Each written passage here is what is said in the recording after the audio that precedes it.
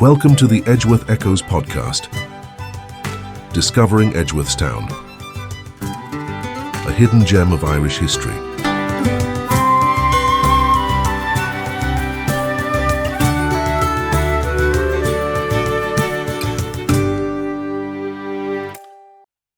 Welcome to another edition of the Edgeworth Echoes podcast.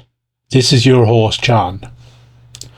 On December the 16th, 2010, at an auction in Sotheby's, a book was sold for £79,250 sterling. That book was a copy of Emma by Jane Austen, signed by Maria Edgeworth, and the only known copy given by Austen to a fellow writer. Austen and Edgeworth lived at roughly the same time period, and both were authors. One was famous across Europe while she was alive, the other grew famous after her death. This episode will look at the connections between Maria and Jane, and also between Maria and one of the more colourful figures of the 19th century literature, George Gordon Byron, Lord Byron.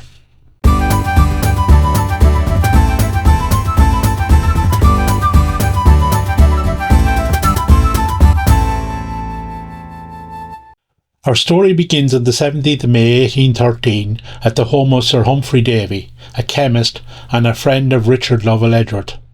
This was where Lord Byron met Richard Lovell Edgeworth and his daughter Maria. Byron wrote about the meeting in his diary, commenting on the impression both Edgeworths had made upon him.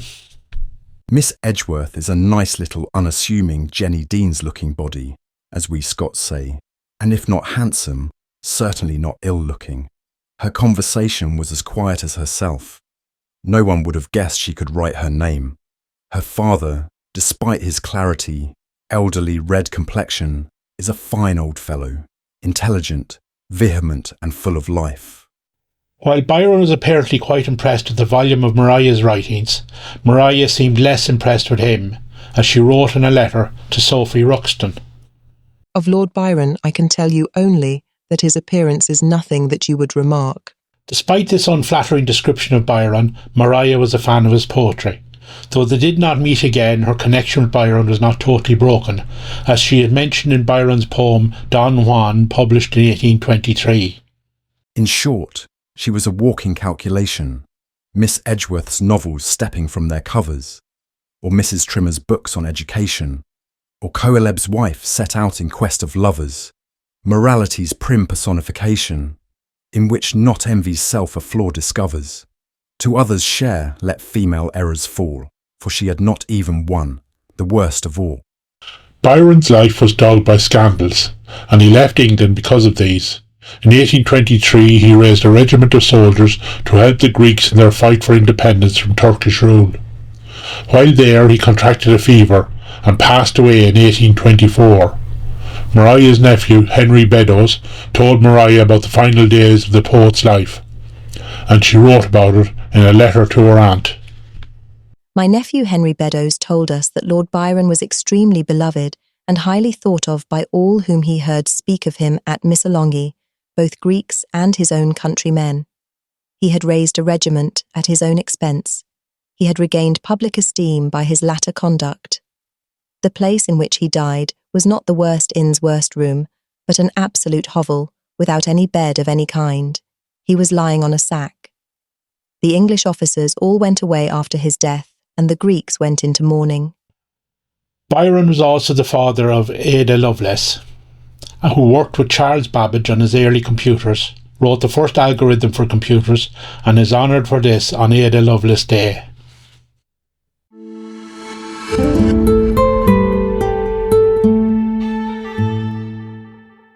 In a letter to her aunt in 1816, Maria Edgeworth related how grateful she was to receive a copy of a new novel from the author of Pride and Prejudice, Jane Austen.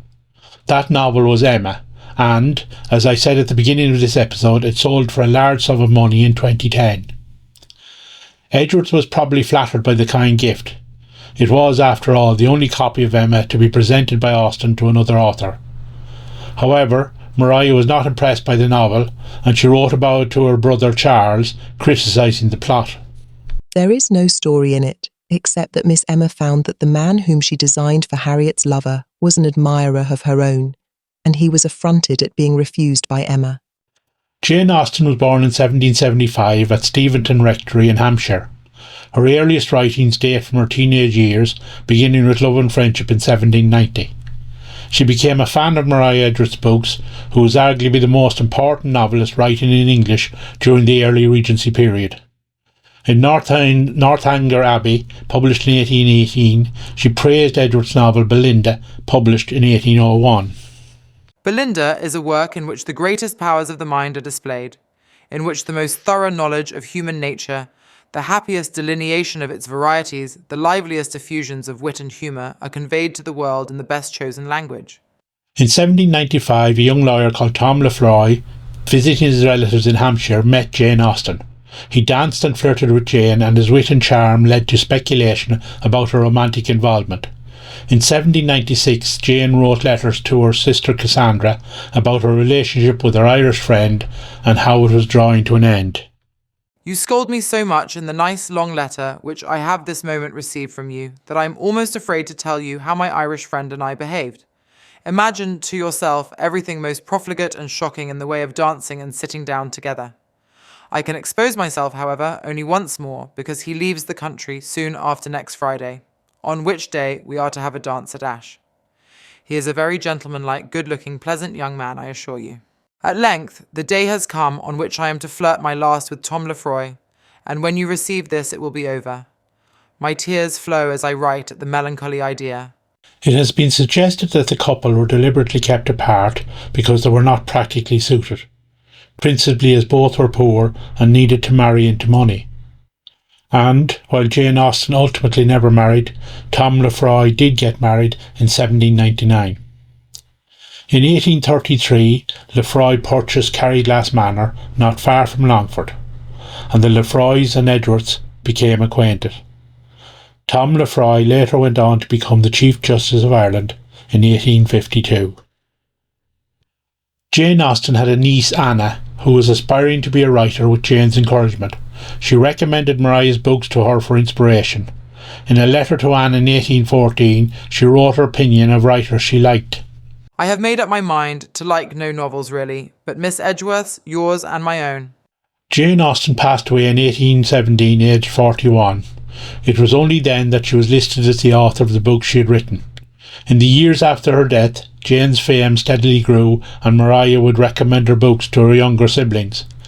Maria's own fame steadily diminished, but she would remain well enough known to raise funds for famine relief with her last book, Orlandino.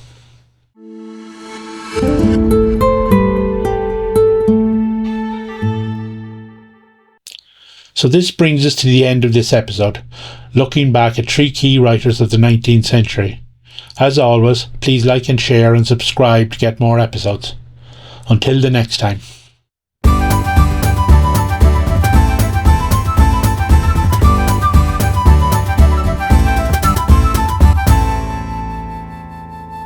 If you are interested in learning more about the Society and the history they preserve, please visit www.mariaedgeworthcentre.com. You can sign up to our newsletter, book tours, learn about our annual literary festival, and read up on some of the remarkable people who have links to our town. This has been the Edgeworth Echoes podcast, rediscovering history.